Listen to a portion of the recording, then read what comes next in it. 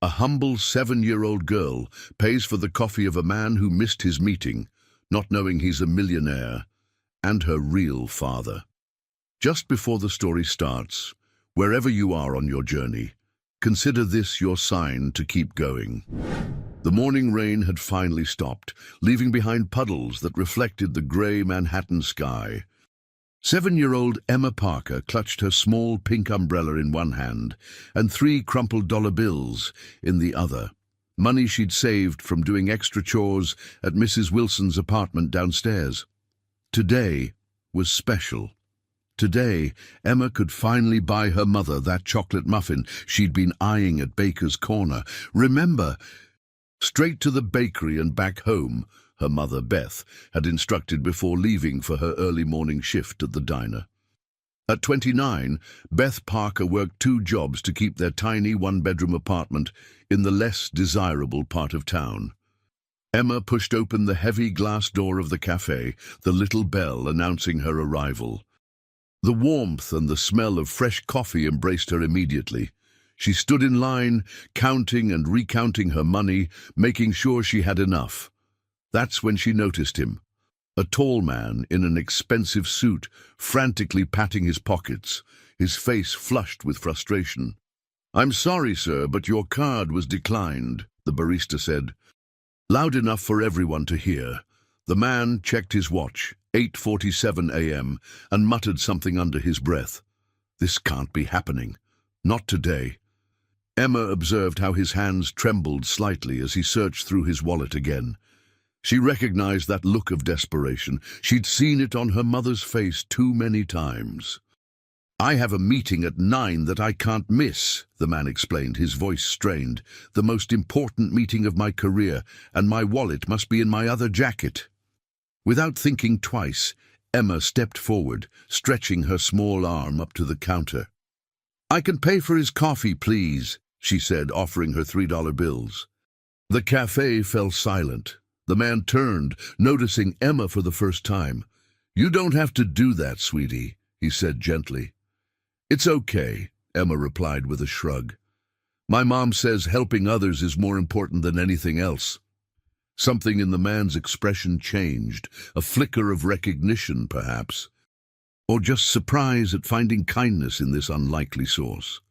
He knelt down to Emma's level, and for a moment their eyes met. "That's very generous of you," he said, his voice suddenly hoarse. "What's your name?" "Emma Parker," she answered proudly. "I'm 7. The man's face paled slightly. "Parker," he repeated, as if testing the word. "And your mother?" "Beth Parker. She works at Miller's Diner and cleans offices at night." The barista interrupted, sliding the coffee across the counter. "Here's your Americano, Mr. Richardson." "Thank you," the man, Mr. Richardson said, not taking his eyes off Emma. "I'm James Richardson." Emma smiled, revealing a missing front tooth. "Nice to meet you, Mr. Richardson." James reached for his coffee with unsteady hands. "Emma, I want to pay you back. Would you like a muffin or something?" Emma's eyes brightened. "Actually, I was going to buy a chocolate muffin for my mom. She works so hard and chocolate makes her happy." James signaled to the barista. "1 chocolate muffin, please, and another Americano for later." He paid with the money Emma had given him, plus additional cash he found in his suit pocket. As they waited, James studied Emma's features. Her hazel eyes, the shape of her nose, the strawberry blonde hair pulled back in a messy ponytail, the same strawberry blonde hair that Catherine had. "Here you go," the barista said, handing Emma a bag with the muffin and giving James his change and extra coffee. "Thank you for saving my morning, Emma Parker," James said, his voice thick with emotion. "You're quite an extraordinary young lady." Emma beamed. "You're welcome. I hope your meeting goes well." As Emma skipped toward the door, James called after her. "Which diner did you say your mother works at?" "Miller's Diner on 23rd Street, Emma replied, waving goodbye. James watched her disappear around the corner, the pink umbrella bobbing along. He pulled out his phone and quickly dialed his assistant. Reschedule the Johnson meeting, he said firmly. Something more important just came up. In his pocket was the receipt from the cafe. He'd written on the back, Emma Parker, age 7. Mother, Beth Parker. Below that, a question mark and the date 7 years ago when Catherine had left him without explanation. James Richardson sat in his sleek black Bentley outside Miller's diner, his hands gripping the steering wheel so tightly his knuckles turned white. The Johnson meeting, a potential $50 million acquisition, hadn't even crossed his mind since he'd met Emma. The child with Catherine's eyes and his mother's smile. "Are you sure you want to do this, sir?" asked Martin, his driver and longtime confidant, eyeing him through the rear-view mirror. "I have to know, Martin." James loosened his tie. 7 years ago, Catherine disappeared without explanation. Now there's a 7-year-old girl with my last name who looks just like her. Just be careful, sir, if she is yours. Martin let the implications hang in the air. James nodded. I know. The diner was busy with the lunch crowd when James entered, scanning the waitresses until he spotted her, Beth Parker, according to her name tag. She was slender, with dark hair pulled back into a practical ponytail, moving efficiently between tables. James chose a booth with a clear view of her section and waited. When Beth approached with her order pad, there was no hint of recognition in her eyes. "Welcome to Miller's. What can I get you today?" Her voice was pleasant, but tired. "Just coffee for now." James studied her face. "You're Beth Parker?" Her smile faltered slightly. "Yes. Have we met before?" "No," James said carefully. "But I met your daughter this morning. Emma, remarkable child." Beth's professional demeanor instantly transformed into maternal alertness. "You met Emma? How?" "At Baker's Corner. She paid for my coffee when my card was declined." He smiled, trying to appear non-threatening. It was an extraordinary act of kindness. Beth relaxed slightly. "That sounds like Emma, always giving away what little she has." Pride softened her expression. "I'll get your coffee." When she returned, James asked, "Has Emma always been so generous, since she could walk?" Beth placed his coffee down. "Was there anything else?" Actually, James set his business card on the table. Richardson Enterprises, CEO. "I'd like to repay her kindness, perhaps a college fund contribution." Beth stared at the card, her face paling. "You're James Richardson. You know who I am?" Beth's hands trembled slightly as she picked up the card.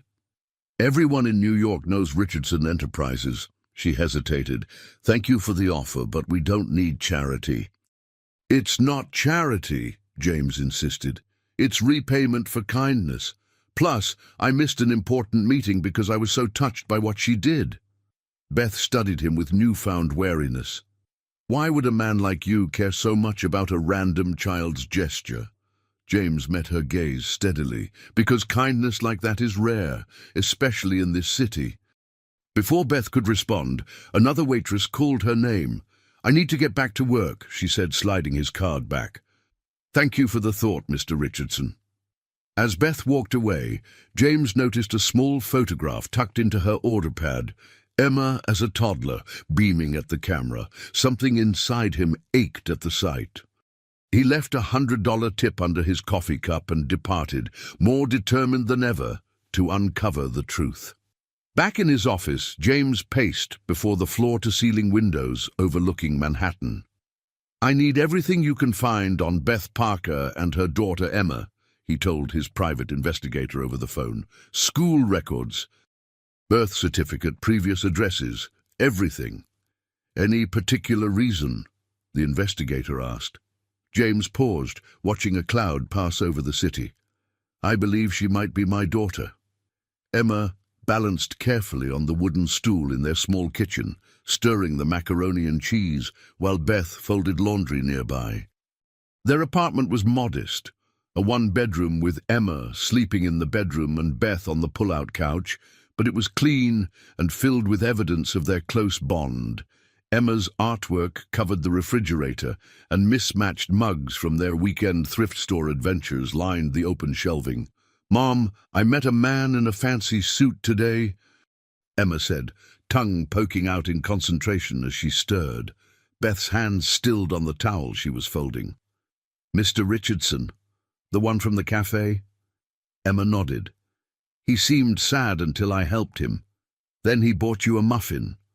She pointed to the paper bag on the counter. "Chocolate, your favorite." Beth crossed the kitchen and hugged her daughter from behind. "You're too good for this world, Emmy Bean." "He asked where you worked," Emma continued innocently. "Did he come to see you?" Beth stiffened. "He did, actually." "Was he nice?" Beth resumed folding, her movements more deliberate. "He was. Polite." She changed the subject. "How was school today?" Later that night, after tucking Emma in, Beth retrieved a worn shoebox from the highest shelf in her closet. Inside were fragments of a life she'd left behind, a few photographs, letters, and a newspaper clipping about Catherine and James Richardson, Manhattan's golden couple. Beth's fingers trembled as she touched the old hospital bracelet with her real name, Elizabeth Walker. Next to it lay a sealed envelope addressed to Emma, to be opened on her 18th birthday.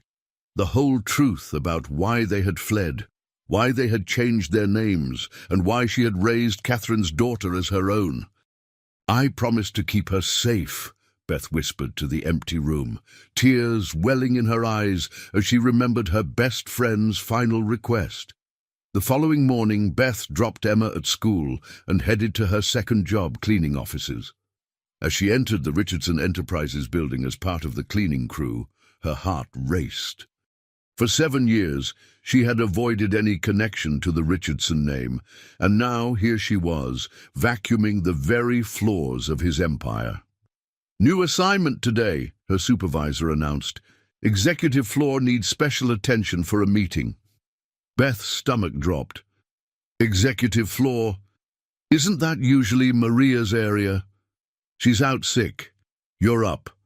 As Beth pushed her cart into the elevator, memories flooded back.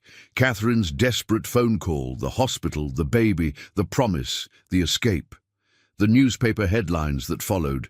"Tech mogul's wife vanishes. Richardson offers reward for information." And then the elevator doors opened to reveal a sleek reception area with Richardson Enterprises emblazoned on the wall in chrome letters. Beth kept her head down, focusing on her task, praying she wouldn't encounter James himself. Her prayers went unanswered when a familiar voice called out, "Beth!" She turned slowly to find James Richardson standing in the doorway of his office, shock evident on his face. "What are you doing here?" he asked, approaching her. "I work for Metropolitan Cleaning Services," she answered, gesturing to her uniform. "Just doing my job." James studied her with intensity. "Quite a coincidence." "The city's smaller than it seems," Beth replied, fighting to keep her voice steady. James stepped closer. "I've been thinking about Emma since yesterday. The timing, her age." He paused. "Beth, I need to ask you something directly. Is Emma related to Catherine Richardson?" The vacuum cleaner dropped from Beth's hand with a loud clatter. "I don't know what you're talking about," Beth said, retrieving the vacuum cleaner with shaking hands. "I think you do." James's voice was gentle but firm. "Emma is 7. Catherine disappeared 7 years ago. The resemblance is unmistakable." Beth straightened, meeting his gaze with newfound resolve. "Mr. Richardson, I appreciate your interest in my daughter, but your assumptions are misplaced. Emma is my child. I have the birth certificate to prove it." "Birth certificates can be falsified," James countered, his eyes never leaving hers. "I need to finish my work." Beth turned away, but James caught her arm. "Please," he said, his voice breaking slightly. "If you know anything about what happened to Catherine, I'm going to lose my job if I don't complete this floor." Beth interrupted, pulling away. James released her and stepped back. "I'll find the truth, Beth. One way or another." As Beth hurried to the elevator, her mind raced. They needed to leave. Tonight. Start over again, somewhere new. She had promised Catherine she would keep Emma safe, especially from him. Across town, in a well-appointed office, private investigator Daniel Reeves sifted through the information he'd gathered on Beth Parker. Birth records showed a Beth Parker born in Ohio who died as an infant, a common tactic for assuming a false identity. School records for Emma indicated enrollment only 3 years ago, with no prior history. Bingo, Daniel murmured as he discovered a hospital record from 7 years earlier. A baby girl born to Catherine Richardson, with a nurse named Elizabeth Walker listed as present during delivery. The same Elizabeth Walker who had vanished the same day as the infant and Catherine Richardson. Daniel picked up his phone. "Mr. Richardson? I think I found something." Meanwhile, Beth picked Emma up early from school, her heart pounding. "We're taking a little trip," she explained, trying to keep her voice light. "But what about school?" "And your jobs?" Emma asked, confused by her mother's unusual behavior. "It's an adventure," Beth insisted, throwing clothes into a suitcase. "Like we've talked about, remember? Sometimes we need to be ready to go quickly." Emma nodded solemnly. They had practiced this game before, how to pack essential items in under 5 minutes, where to meet if they got separated, the importance of their emergency cash stash. Beth had always framed it as preparing for natural disasters, but it had always been for this moment. As Beth zipped the suitcase, a knock at the door froze her in place. Through the peephole, she saw James Richardson standing in the hallway. "Beth!" "I know you're in there," he called. "Please, just talk to me." "Mom," Emma whispered, sensing her mother's fear. "Is that the man from the cafe?" Beth pressed a finger to her lips, gesturing for Emma to be quiet. They waited, barely breathing, until James knocked again. "I know about Elizabeth Walker," he said through the door. "I know you were there when Emma was born. I just want to understand what happened to Catherine." Beth closed her eyes, memories washing over her. Catherine's bruised arms, the whispered confessions during night shifts at the hospital where they'd worked together, the fear in her friend's eyes when she discovered she was pregnant. "He can't know about the baby," Catherine had said. "He'll never let me leave if he knows." Another knock, more insistent. "There's more at stake than you realize," James called. "Things about Catherine you don't know." Beth's hand hovered over the doorknob. 7 years of running, of looking over her shoulder, of building a life from nothing. Could she keep running forever? "Mom," Emma tugged at her sleeve, "why are we hiding from the nice man?" In that moment, Beth made her decision. She opened the door a crack, chains still in place. "You have 5 minutes," she told James. "In the cafe across the street. Emma stays with Mrs. Wilson downstairs." James nodded, relief evident in his features. "Thank you." As Beth arranged for Emma to stay with their neighbor, she wondered if she was making the biggest mistake of her life, or finally facing a truth that couldn't stay buried any longer. The cafe was nearly empty when Beth slid into the booth across from James. Neither spoke for a moment. The weight of 7 years of secrets hanging between them. "Elizabeth Walker," James finally said. "That's your real name." Beth nodded slightly. "I haven't used that name in a long time." "You were a nurse at Mount Sinai. You worked with Catherine." James pushed a folder across the table. "You disappeared the same day she did, with her baby." Beth left the folder untouched. "What do you want from me, James?" "The truth," his voice cracked with emotion. "What happened to my wife? Why did she leave? And is Emma?" He couldn't finish the question. Beth wrapped her hands around her coffee cup, drawing strength from its warmth. "Before I tell you anything, I need to know something first." "Did you hurt her?" James recoiled as if slapped. "Hurt Catherine? Never. I loved her more than anything." "Then why was she so afraid of you?" Beth challenged. "Why did she make me promise to keep Emma away from you at all costs?" Confusion washed over James's face. Afraid?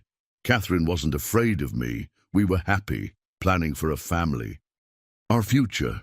He ran a hand through his hair in frustration. There were no signs. One day everything was normal. The next, she was gone. Beth studied him intently, searching for deception. She told me you were controlling. That when she tried to leave once before, you threatened her. That's not true, James insisted. She never tried to leave. We argued sometimes, like any couple, but I never threatened her. He leaned forward. Beth, someone is lying. Either Catherine lied to you, or you're lying to me now. The certainty in his eyes made Beth uneasy. She had built her entire understanding of James Richardson on Catherine's terrified accounts. What if there was more to the story? The night before she disappeared, James continued, we had dinner at home. We talked about names for the baby we hoped to have someday. She seemed happy, Beth. The next morning, she said she was going shopping. She kissed me goodbye. His voice broke. I never saw her again. That doesn't make sense, Beth said, shaking her head. She called me panicking, saying she needed to get away from you. When I got to her, she was in labor. She made me swear I would take her baby somewhere safe, somewhere you couldn't find her. James stared at Beth, processing this revelation. Catherine was pregnant when she left me. And you've been raising our child? Beth hesitated, then nodded. Emma is Catherine's daughter. And mine, James added, his voice a mix of wonder and pain. Biologically, yes, Beth conceded. But I'm the only mother she's ever known. James closed his eyes briefly, absorbing the confirmation of what he had suspected since seeing Emma in the cafe. When he opened them again, there was a new determination in his gaze. There's something you don't know about Catherine, he said quietly. Something that might explain her behavior. Beth tensed. What? Catherine was diagnosed with a psychiatric condition shortly before we met. She managed it well with medication, but sometimes... He hesitated. Sometimes she would become paranoid, convinced people were plotting against her. Beth shook her head vehemently. No, she wasn't paranoid. She showed me bruises. Bruises? James looked genuinely shocked.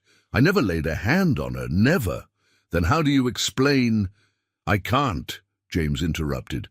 But I can show you these. He pulled out his phone and showed Beth a series of text messages from the days before Catherine's disappearance. Messages to someone named Marcus, arranging meetings, expressing affection. Beth stared at the messages in disbelief. She was having an affair. I found these after she vanished. I hired investigators thinking she'd run off with this man, but they never found any Marcus in her life. James put the phone away. What if the bruises, the fear, what if it was all connected to him, not me? Beth felt the ground shifting beneath her. For 7 years, she had believed she was protecting Emma from a monster. What if she'd been wrong? As Beth struggled with this possibility, the cafe door opened and Emma burst in, followed by a flustered Mrs. Wilson. "Mom!" Emma called out, rushing to their table. "I told Mrs. Wilson I needed to use the bathroom, but I really wanted to see you and Mr. Richardson again." Beth and James froze as Emma climbed onto the bench beside James, smiling up at him with innocent curiosity. "Did you know," Emma said to James, "that you have the same color eyes as me? Mom says I got my eyes from an angel." The revelation of Emma's sudden appearance left both adults momentarily speechless. Mrs. Wilson apologized profusely as she approached their table. "I'm so sorry, Beth. She said she needed the restroom, and before I knew it, she darted across the street."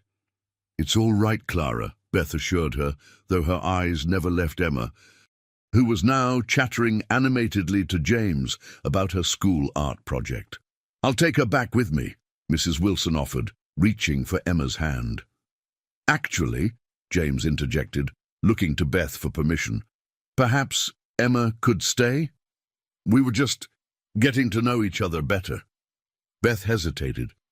torn between her instinct to protect Emma and the dawning realization that she might have been wrong about James. "It's okay, Clara. Thank you for watching her." After Mrs. Wilson left, Emma looked between the two adults curiously. "Were you talking about me? You both look serious." Beth reached across the table and took Emma's small hand in hers. "Emma, remember how I told you that families come in all different shapes and sizes?" Emma nodded, her expression solemn. "Like Zoe at school, who has 2 moms, and Tyler, who lives with his grandma." "That's right," Beth continued, her voice gentle. "And sometimes a child can have more than one set of parents who care about them." Emma's brow furrowed. "Like in adoption?" "Something like that," Beth confirmed, her heart racing. She glanced at James, who was watching the exchange with a mixture of hope and apprehension.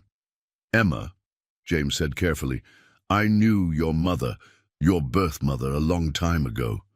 "You knew my angel mom?" Emma's eyes widened. "The one who had to go to heaven." James looked questioningly at Beth, who nodded almost imperceptibly. "Yes," he said, his voice thick with emotion, "and she was very special to me." "Is that why you were sad at the cafe? Because you missed her?" Emma asked, with the innocent directness only a child could manage. James swallowed hard.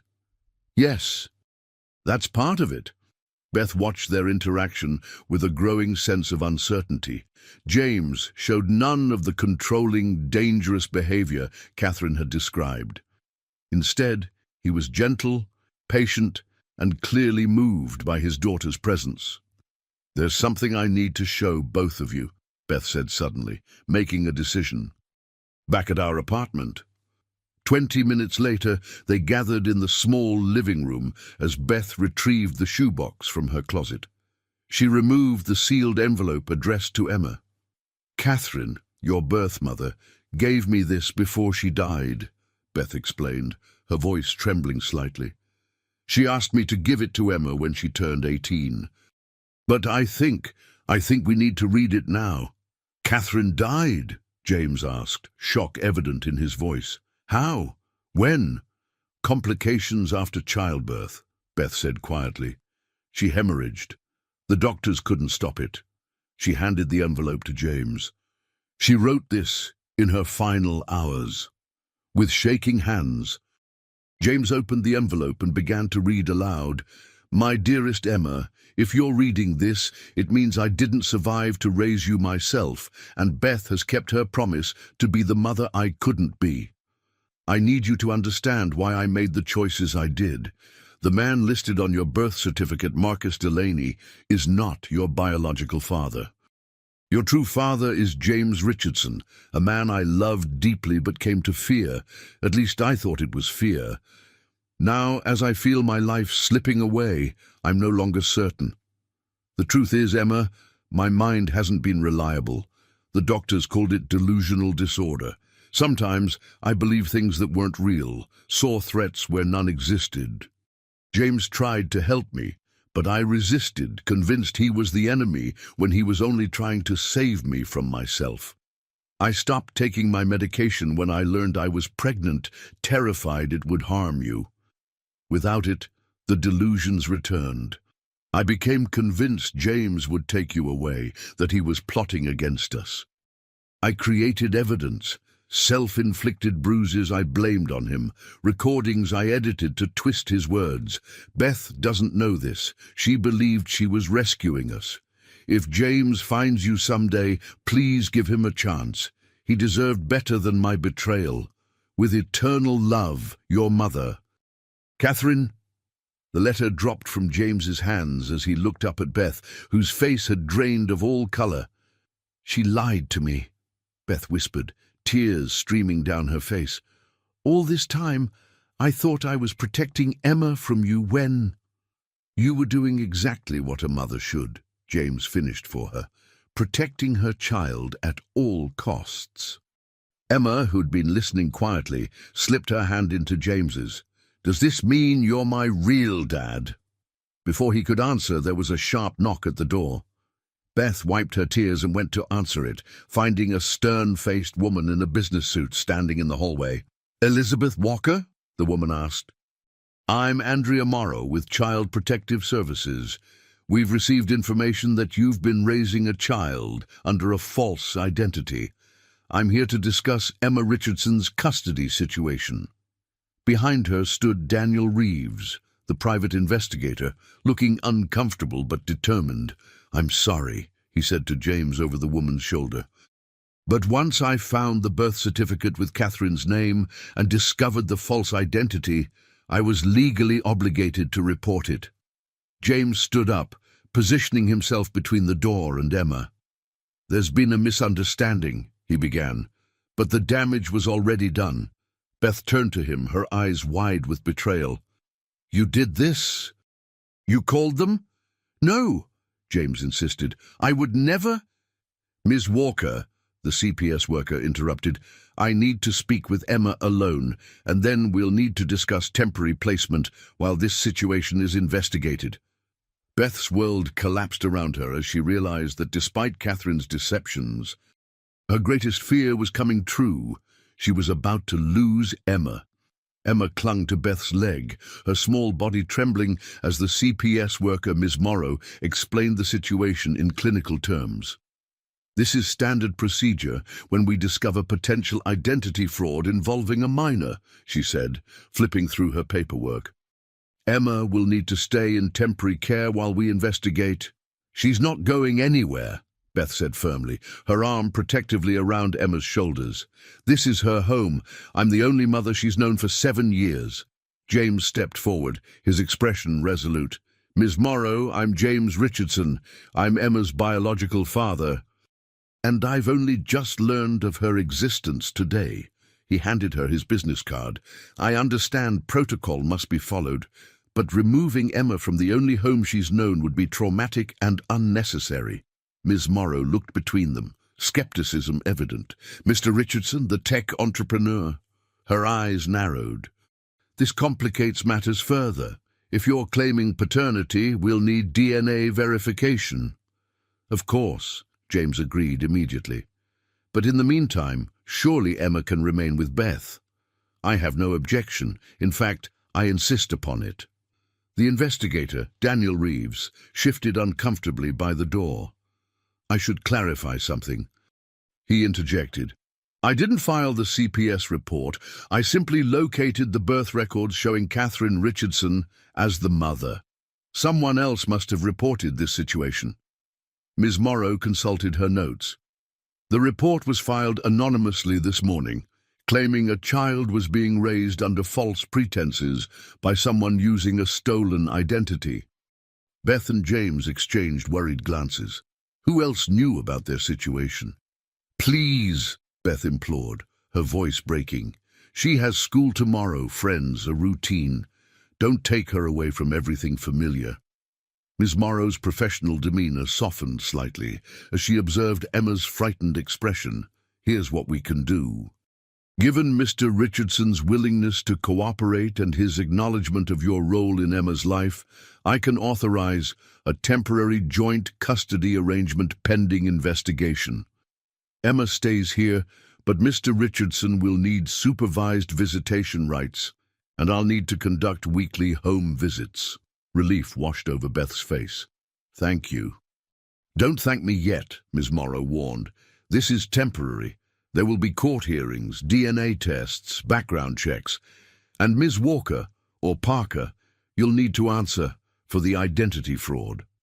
After signing preliminary paperwork and scheduling follow-up appointments, Ms. Morrow and Daniel finally left. The moment the door closed, Beth collapsed onto the couch, her body shaking with suppressed sobs. "I'm so sorry," James said, sitting beside her but maintaining a respectful distance. "I swear I had nothing to do with that report." Beth nodded, believing him despite everything. "If not you, then who? Who else would care about our situation?" "I don't know," James admitted. "But I intend to find out." Emma crawled into Beth's lap, her small face serious. "Are they going to take me away from you, Mom?" "No, sweetheart," Beth assured her, though her eyes met James's with uncertainty. "We're going to figure this out together." James knelt before them, choosing his words carefully. "Emma, there are going to be some changes, but Beth will always be your mum. And if you're willing, I'd like the chance to be part of your life too." Emma studied him thoughtfully. "As my dad?" "Yes," James said, his voice thick with emotion. "As your dad." Emma looked between them, processing this new reality with remarkable composure for a 7-year-old. "So I'll have a mum and a dad now. Like regular kids?" Beth managed a watery smile. "Yes, like regular kids." Later that night, after Emma had finally fallen asleep, Beth and James sat at the small kitchen table, cups of cold coffee between them. "We need a plan," James said, running a hand through his disheveled hair. "The identity fraud charges could be serious." "I did what I had to do to protect her," Beth said defensively. "I know," James assured her, "and I'm grateful. But now we need to protect you, too." He hesitated. "I have resources, lawyers, connections. Let me help." Beth studied him, still reconciling the monster Catherine had described with the man before her. "Why would you help me? I kept your daughter from you for 7 years. "Because you loved her enough to upend your entire life for her," James replied simply. "And because Emma needs you." Beth nodded slowly, accepting his offer.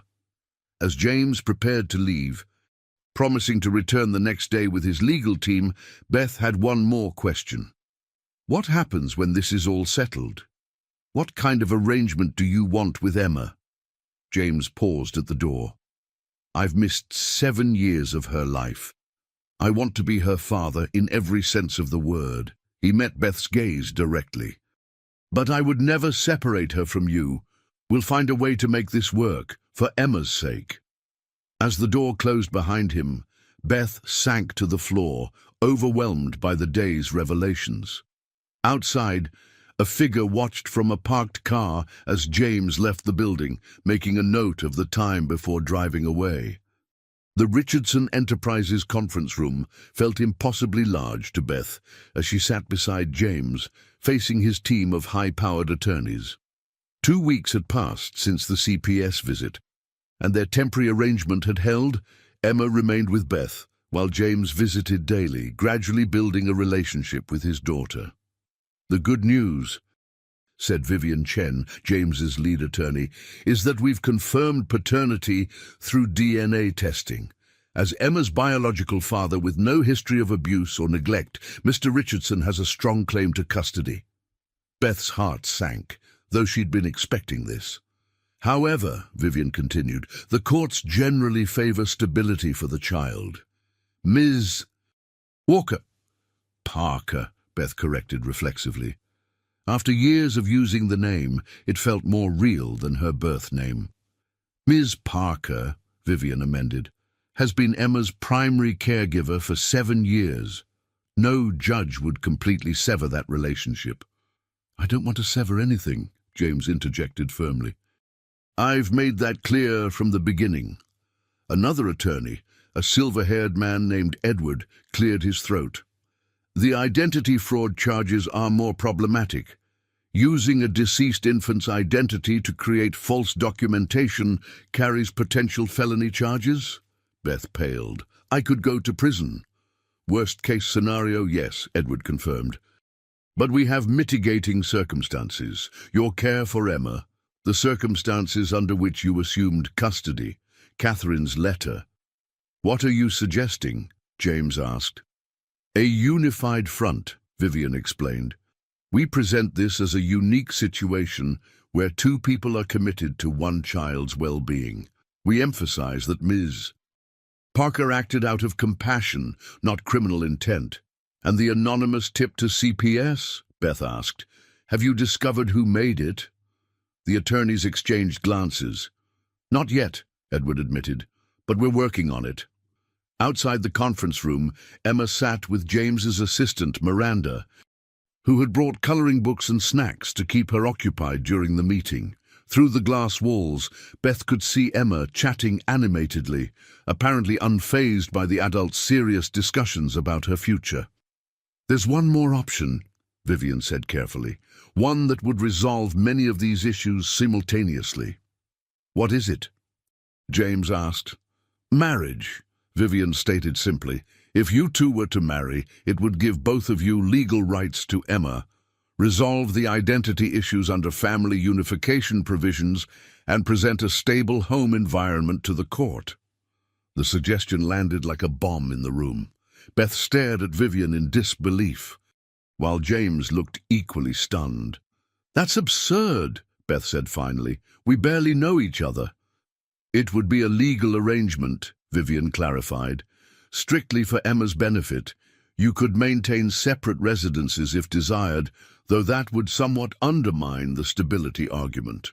"There has to be another way," James insisted, though he looked less opposed than Beth had expected.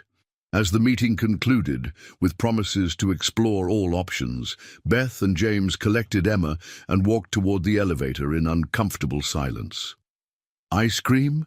Emma suggested, looking between them hopefully, oblivious to the tension. James smiled, grateful for the distraction. "Excellent idea." At the ice cream parlor, they sat at a small table while Emma happily devoured a chocolate sundae. Beth watched James interact with Emma, his genuine delight in her stories, his patience with her endless questions, his obvious love for this child he'd only just discovered. "She has Catherine's laugh," James observed quietly. Beth nodded. "And your determination. Once she sets her mind to something, there's no changing it." "Like insisting on paying for a stranger's coffee?" James smiled. "Exactly like that." Beth hesitated. "James, about what Vivian suggested." "It's just one option," he assured her quickly. "An extreme one." "Is it, though?" Beth mused, surprising herself with the question. "If our priority is Emma's well-being and stability." James studied her carefully. "Beth, are you actually considering this?" Before she could answer, Emma interrupted. "Mom? Dad, look!" She pointed to the television mounted in the corner of the ice cream shop, where a news segment showed Catherine's father, Senator William Hartford, announcing his candidacy for president. "And as I begin this campaign," the distinguished older man was saying, "I do so with the memory of my beloved daughter Catherine, whose tragic disappearance 7 years ago remains unsolved. I vow to strengthen protections for families across America." James's expression darkened. "William never approved of me. He blamed me when Catherine vanished, insisted I must have done something to her." He turned to Beth. "Did Catherine ever mention problems with her father?" Beth shook her head. She rarely spoke about her family, except to say they had high expectations. As they watched, the camera panned to show a man standing behind Senator Hartford, a stern-faced individual with cold eyes. "That's Marcus Delaney," James said, his voice tight. "Catherine's former security chief and the man she named as Emma's father on the birth certificate." Beth stared at the screen in shock. "He works for her father." "Apparently." James pulled out his phone and began typing rapidly. "And according to my sources, he's been working for the senator since before Catherine and I even met." His eyes met Beth's, a new understanding dawning. What if Catherine's paranoia wasn't entirely unfounded? What if someone was manipulating her?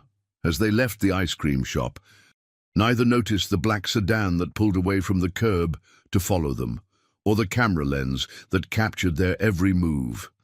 The playground buzzed with the sound of children's laughter as Beth sat on a bench watching Emma and James build an elaborate sandcastle.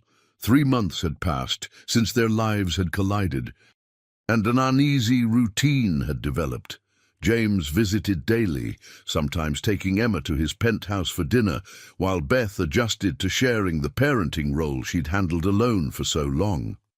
"They look happy together," observed Miranda, James's assistant, who had become a friend to Beth during this strange transition. "They do," Beth agreed. feeling the familiar mixture of joy and apprehension that accompanied these moments. She adores him, and he's completely besotted with her, Miranda added. I've never seen him like this. He rearranges billion-dollar meetings to make her school plays. Beth smiled despite herself. Whatever her complicated feelings about James, she couldn't deny he was a devoted father. The court hearing is next week, she said, changing the subject. The final custody determination. Miranda squeezed her hand sympathetically. James won't let you lose her. It's not just about custody anymore, Beth confessed. The identity fraud charges are still pending. My lawyer says they're pushing for prosecution. Who's pushing? The DA? Someone with influence is pressuring them, Beth confirmed. James thinks it might be Senator Hartford. Miranda looked surprised. Catherine's father? Why would he care about you? Because of Emma, Beth said quietly. His granddaughter, a Hartford by blood. Even if she doesn't know it. Across the playground, James was helping Emma add flags to the towers of their sandcastle, their heads bent together in concentration, the resemblance between them unmistakable. Have you and James discussed Vivian's suggestion? Miranda asked carefully. Beth felt her cheeks warm. The marriage option? We've mentioned it a few times. It's the simplest solution legally, but it's not simple emotionally, Miranda finished for her. Exactly. Beth watched as James caught Emma at the bottom of the slide, spinning her around while she squealed with delight. I'm not sure I even know who he really is. 1 minute, he's the ruthless CEO making multi-million-dollar deals, and the next, he's on his knees playing tea party with Emma. Maybe both versions are real, Miranda suggested. People contain multitudes, especially complicated ones like James. Their conversation was interrupted when James and Emma approached, flushed with excitement. Mom! Dad's taking us to the museum with the dinosaurs tomorrow, Emma announced. Beth raised an eyebrow at James. Oh, is he? James had the grace to look sheepish. I should have checked with you first. Yes, you should have, Beth agreed, though without real anger. These boundary negotiations were ongoing, a delicate dance as they learned to co-parent. Please, Mom, Emma pleaded. Dad says they have a new T-Rex exhibit. Beth relented, as they all knew she would. All right, but homework first. As Emma skipped ahead toward the park exit, James fell into step beside Beth. I've been meaning to talk to you about something, he said in a lowered voice. My investigator found some disturbing information about Marcus Delaney. What kind of information? He was more than just Catherine's security chief. He was monitoring her, reporting her activities, her conversations, her medical appointments back to her father. James's expression was grim, and he was with her the day before she disappeared. Beth stopped walking. You think he had something to do with her death? I don't know, James admitted. But I find it suspicious that the man she falsely named as Emma's father now works directly for the senator who's running for president. A campaign that's partially built on sympathy for his missing daughter. But Catherine died of complications after childbirth, Beth reminded him. I was there. Were you with her the entire time? James asked. From the moment she called you until she died. Beth thought back to that chaotic night. No, there were periods when the medical team asked me to step out. And after Emma was born, I was focused on the baby while they worked on Catherine. James nodded as if confirming a suspicion. We need to get Catherine's complete medical records. Something doesn't add up. As they reached the park exit, a tall figure stepped into their path. Marcus Delaney himself, immaculately dressed in a suit despite the casual park setting. Mr. Richardson, he said smoothly. Ms. Walker, or is it Parker? So many names, it's hard to keep track. James instinctively moved closer to Emma and Beth. What do you want, Delaney? Just a friendly conversation. Marcus's smile didn't reach his eyes. Senator Hartford is very interested in meeting his granddaughter. Emma is my daughter, James stated firmly, and Beth's. Biologically, she's a Hartford, Marcus countered. The senator has rights. He has no legal standing, James retorted, and if he wants to meet Emma, he can reach out directly, not send his errand boy to intimidate us at a playground. Marcus's facade of pleasantry slipped momentarily. The senator is prepared to be generous, financially and otherwise. He's also prepared to ensure certain fraud charges disappear. His gaze shifted meaningfully to Beth. "Are you threatening us?" Beth asked, her voice steady despite her racing heart. "Offering solutions," Marcus corrected. "The senator simply wants a relationship with Catherine's child. Think about it." He handed James a business card. "The offer expires after the court hearing." As Marcus walked away, Beth clutched Emma's hand tighter. He knew exactly where to find us. "We're being watched," James confirmed grimly. "And now we know why." That night, after Emma was asleep, Beth and James sat in her small living room, speaking in hushed voices. "Hartford wants to use Emma in his campaign," James concluded. "America's beloved lost daughter's child, reunited with her grandfather. It's a powerful narrative." "At what cost?" Beth asked. "What happens to Emma's stability, her routine, her normal childhood?" James looked at her directly. "I think we need to seriously consider Vivian's suggestion. Marriage would strengthen our legal position against Hartford, consolidate our parental rights, and resolve your legal troubles." Beth took a deep breath. "And after the threat passes, what then?" "We figure it out," James said simply, "one day at a time for Emma's sake." Beth realized with startling clarity that somewhere along this chaotic journey she had come to trust James Richardson, the man she'd once feared and avoided, with the most precious thing in her life, Emma's future. "Okay," she said quietly. "Let's do it." The autumn rain pattered against the windows of James's penthouse as Beth paced the expansive living room, her wedding ring catching the light with each turn. They had been married for 6 weeks, a small, private ceremony, with only Emma, Miranda, and the attorneys as witnesses. To the outside world, it was a practical arrangement. To Emma, it was a fairy tale come true. To Beth and James, it had become something neither had anticipated, a partnership built on mutual respect and a shared love for their daughter. "They're late," Beth noted, checking her watch again. "Hospital records take time to access, even with court orders," James reminded her. "Daniel will be here." As if summoned by his name, the elevator chimed, and Daniel Reeves stepped into the penthouse, carrying a waterproof messenger bag and looking grave. "You found something," James said immediately, recognizing the investigator's expression. Daniel nodded, placing his bag on the glass coffee table and extracting a thick file. "It took some doing. Senator Hartford's people tried to block the subpoena, but the judge overruled them. He spread several documents across the table.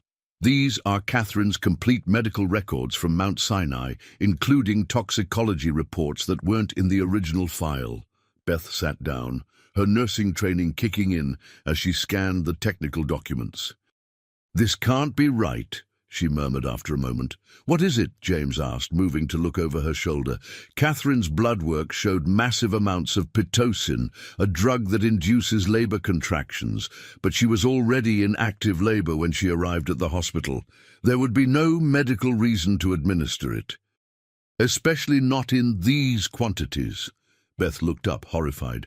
This level could cause uterine rupture and severe hemorrhaging, which is exactly what killed her, Daniel confirmed grimly. James's face had gone ashen. "Are you saying someone deliberately caused her hemorrhage?" "Yes," Daniel said, "and there's more. The hospital security footage from that night shows Marcus Delaney entering the maternity ward wearing scrubs. He accessed the medication room approximately 20 minutes before Catherine's condition deteriorated."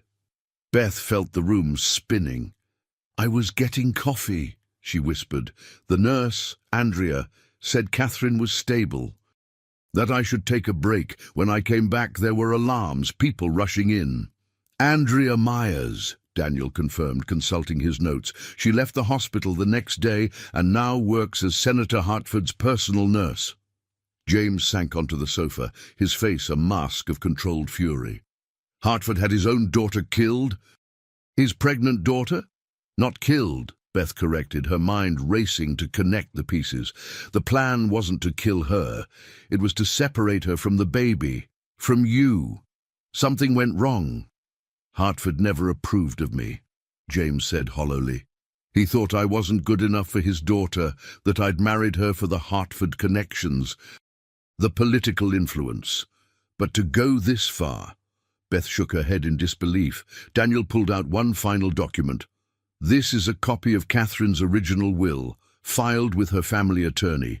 It states explicitly that if anything happened to her, custody of any children should go to her father, not to James. It's dated 2 months before she disappeared. She never filed that will with our attorney, James said, studying the document. And this signature. It doesn't look right. It's forged, Daniel confirmed. I had a handwriting expert analyze it. Beth stood abruptly. Where's Emma? With Miranda at the museum, James reassured her. They have security with them. We need to get her back here now, Beth insisted. If Hartford realizes we've discovered this... The penthouse elevator chimed again, and all three froze. The doors slid open to reveal Miranda, her face streaked with tears, her hands trembling as she clutched her phone. They took her, she gasped. 3 men in suits. They showed museum security some kind of document, said they were with child services. I tried to stop them, but they... She held up her phone, displaying a photo of official-looking papers. They had a court order signed by Judge Reynolds. Reynolds is on Hartford's campaign finance committee, Daniel said quietly. James was already on the phone to his security team, his voice deadly calm, despite the panic in his eyes. Beth stood motionless, a terrible realization washing over her. The marriage, she whispered. It made us a target. Hartford couldn't challenge us separately. But together, with your resources and my legal status as her mother, we became a real threat to his plans for Emma. James ended his call and turned to them, his expression resolute.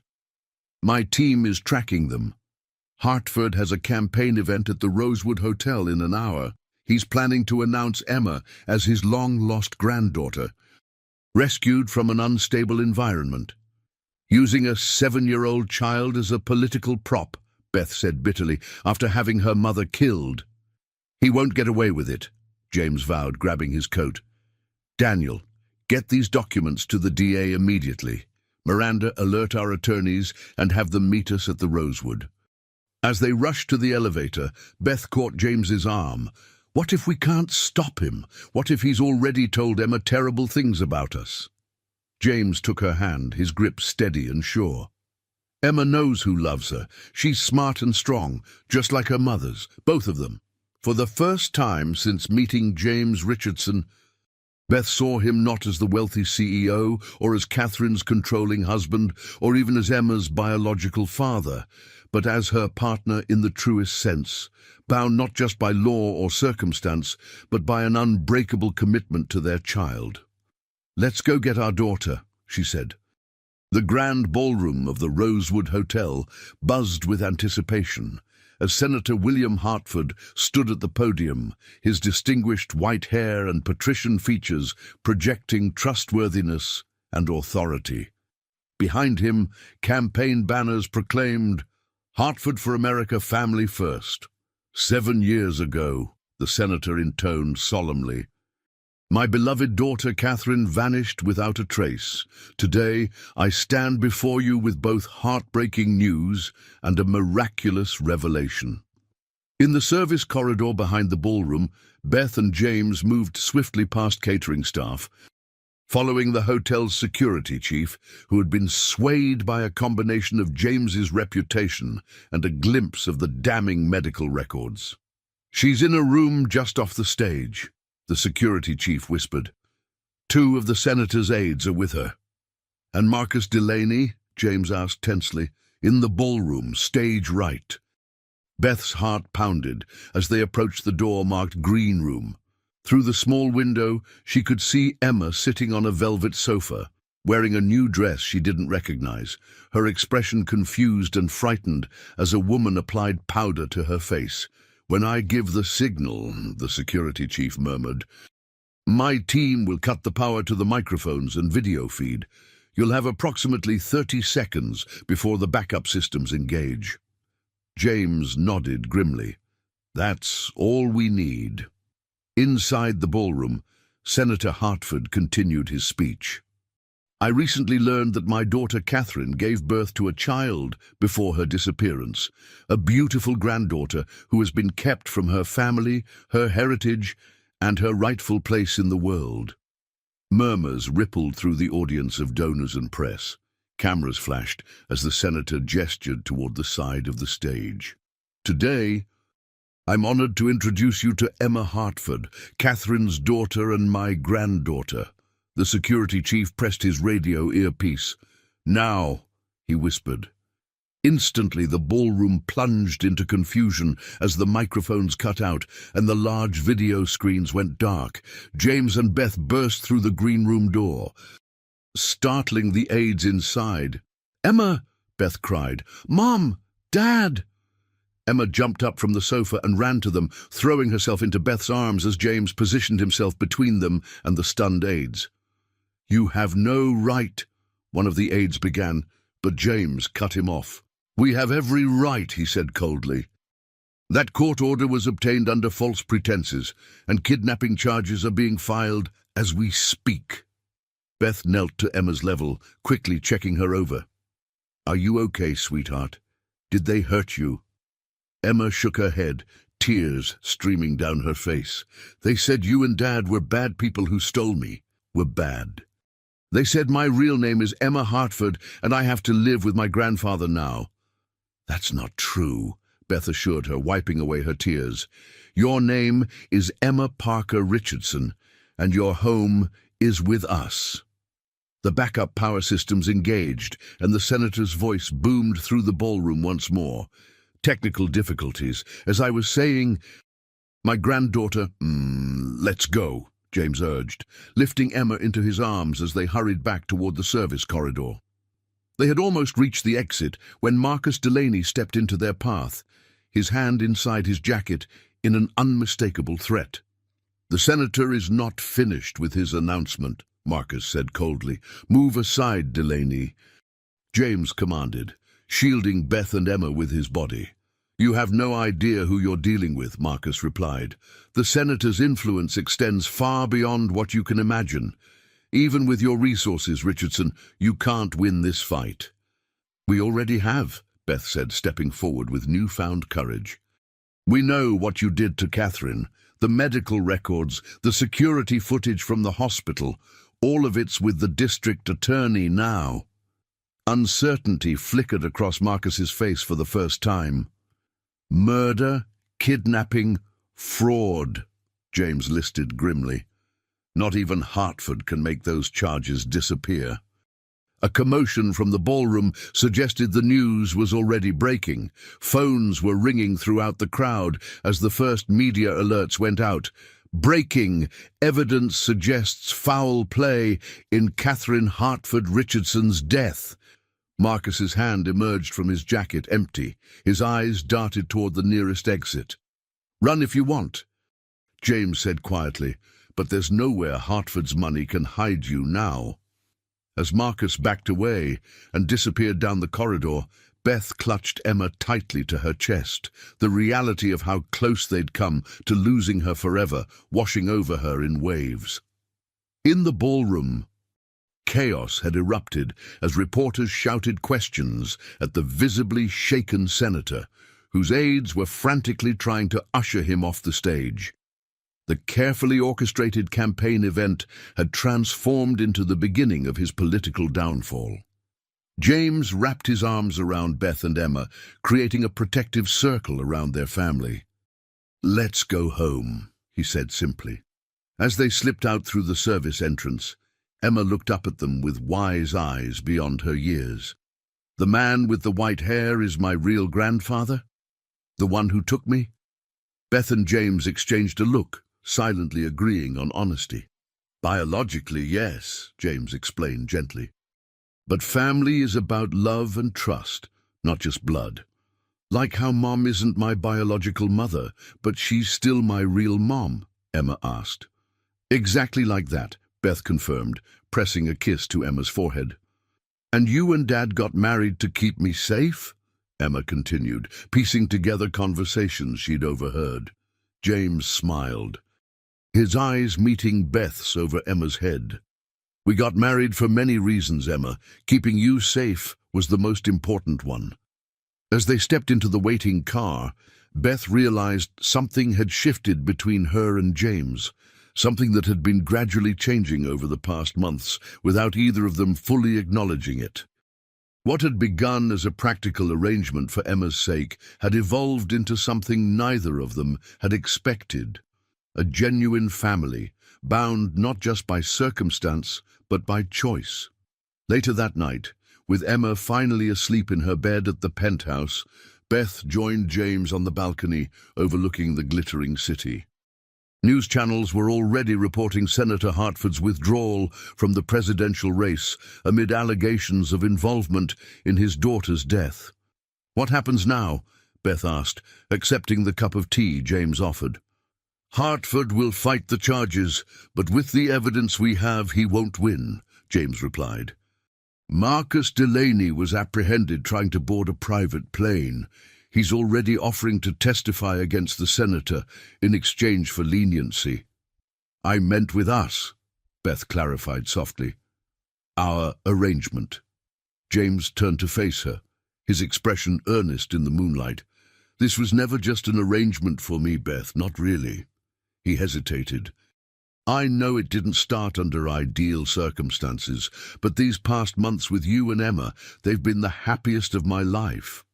Beth felt a familiar warmth spread through her chest, the same feeling she experienced watching James and Emma build sandcastles or hearing them laugh together over breakfast.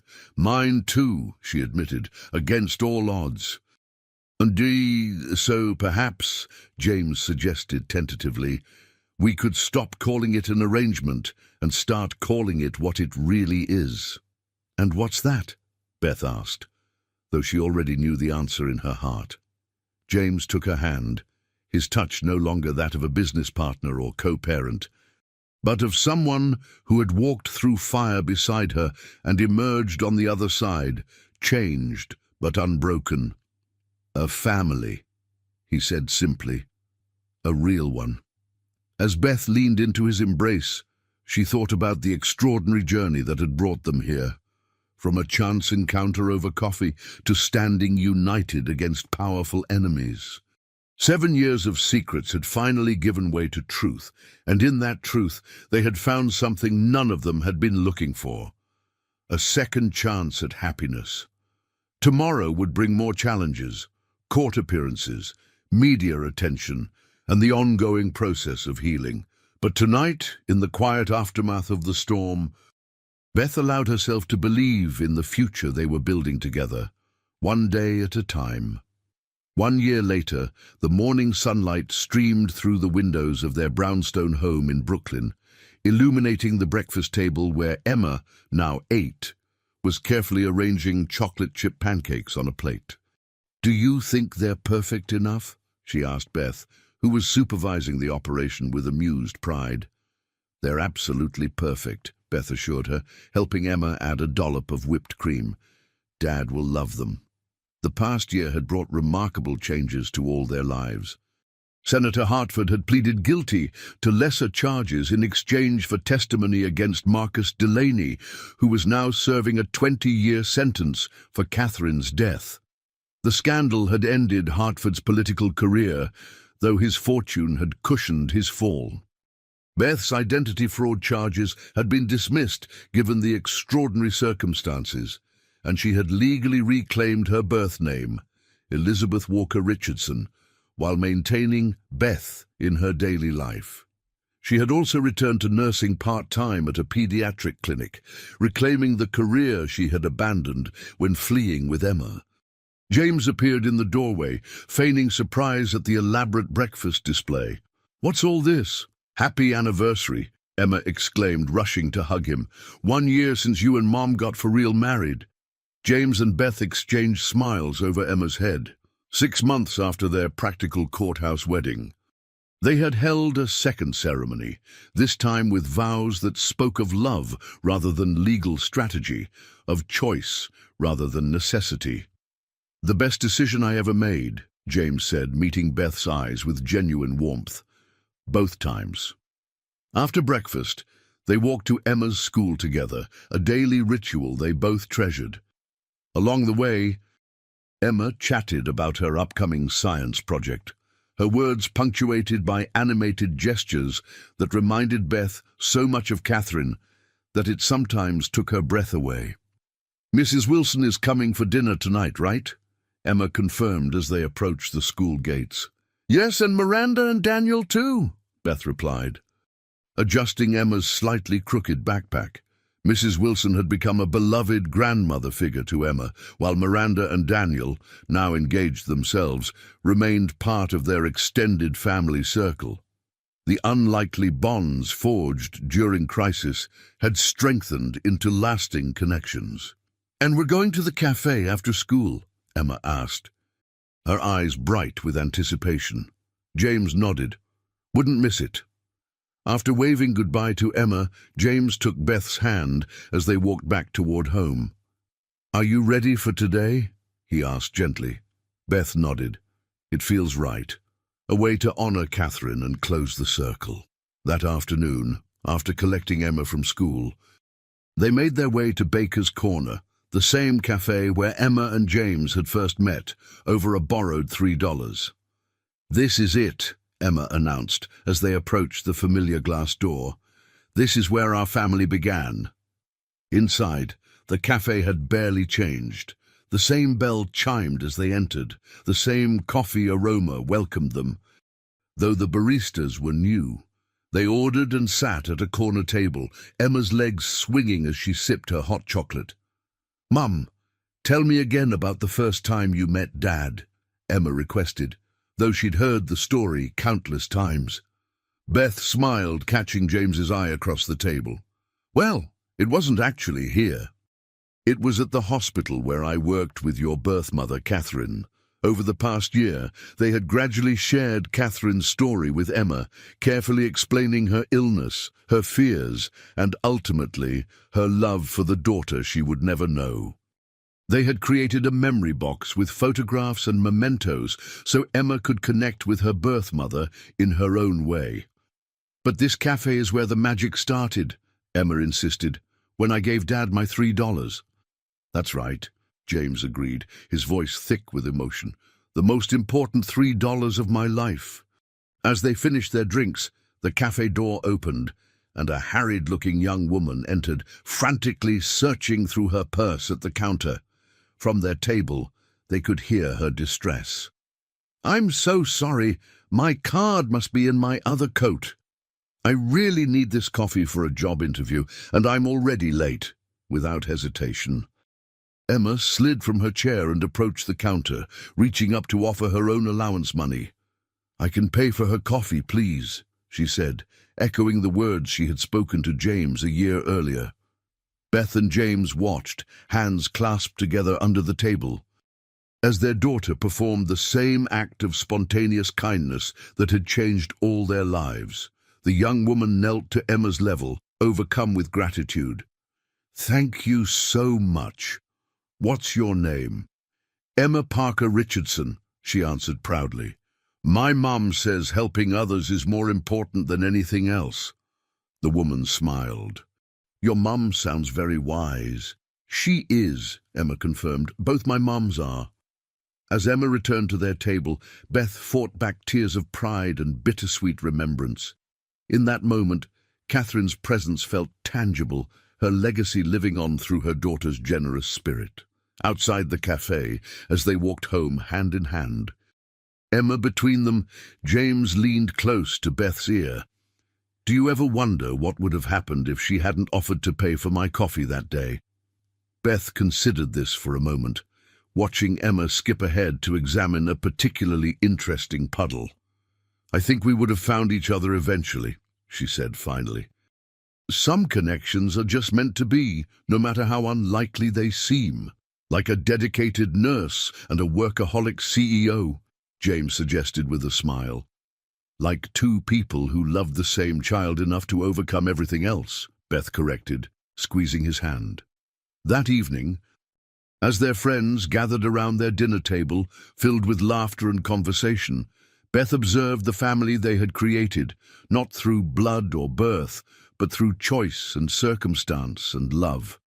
She thought of the twisting path that had brought them here, a desperate promise to a dying friend, 7 years of secrets and fear, a chance encounter over coffee, and the courage to trust again. Emma tugged at her sleeve, interrupting her reverie. "Mom, can I show everyone my Catherine box for dessert?" "Of course, sweetheart." As Emma ran to retrieve her treasured memory box, James wrapped an arm around Beth's waist. "Happy anniversary," he murmured against her hair. Beth leaned into his embrace, savoring the hard-won peace they had found together. "To unexpected beginnings," she whispered back. And as Emma returned, proudly displaying photographs of the mother she would know only through stories and memories, Beth silently thanked Catherine for her daughter, for her sacrifice, and for the extraordinary journey that had transformed 3 fractured lives into one complete family. The little girl who had once offered $3 to a stranger had unknowingly purchased something priceless, a second chance for all of them.